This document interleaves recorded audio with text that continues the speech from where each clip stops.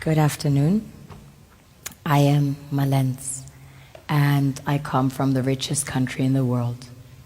It is located in the richest continent in the world, in the west of the richest continent. My country is called Sierra Leone. On the surface, we are blessed with infinite beauty and abundance of flora and fauna,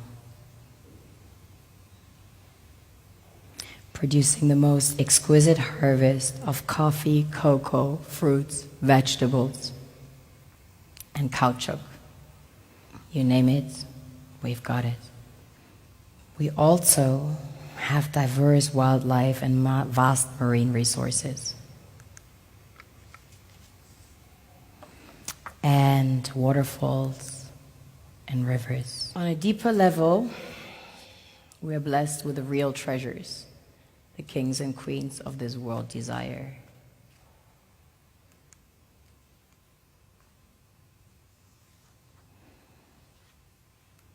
This was the largest alluvial diamond ever found.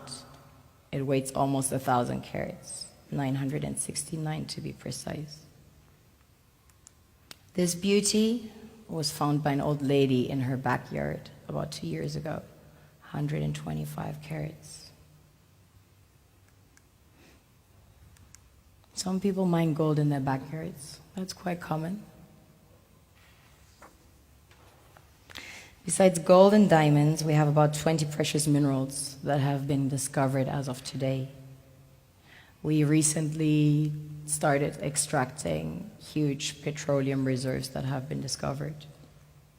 We have platinum, ilmenite to make titanium, rutile to coat jets, iron ore, the largest iron ore deposits in Africa, the third largest in the world. Tantalite, also known as coltan, used in your mobile phones and computers. Bauxite for aluminum production.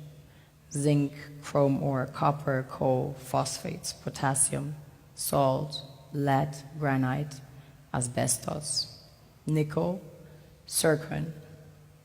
Furthermore, we have exquisite timber like mahogany, antique, and we have the most beautiful stamps in the world. Of course, the West needs Africa's resources most desperately to power airplanes, cell phones, computers, and engines, and the gold and diamonds, of course, a status symbol to determine their powers by their core and to give value to their currencies. One thing that keeps me puzzled, despite having studied finance and economics at the world's best universities, the following question remains unanswered. Why is it that 5,000 units of our currency is worth 1 unit of your currency, where we are the ones with the actual gold reserves? It's quite evident that the aid is in fact not coming from the West to Africa, but from Africa to the Western world. The Western world depends on Africa in every possible way, since alternative resources are scarce out here. So how does the West ensure that the free aid keeps coming? By systematically destabilizing the wealthiest African nations and their systems, and all that backed by huge PR campaigns, leaving the entire world under the impression that Africa is poor and dying and merely surviving on the mercy of the West.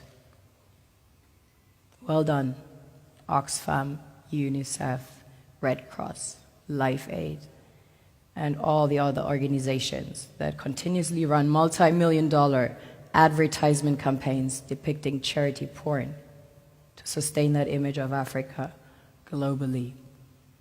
Ad campaigns paid for by innocent people under the impression to help with their donations. While one hand gives under the flashing lights of cameras, the other takes in the shadows. We all know the dollar is worthless, while the euro is merely charged with German intellect and technology, and maybe some Italian pasta. How can one expect donations from nations that have so little? It is super sweet of you to come with your colored paper in exchange for our golden diamonds. But instead, you should come empty-handed, filled with integrity and honor. We want to share with you our wealth and invite you to share with us. The perception is that a healthy and thriving Africa would not disperse its resources as freely and cheaply, which is logical. Of course, it would instead sell its resources at world market prices, which in turn would destabilize and weaken Western economies, established on the post-colonial free meal system.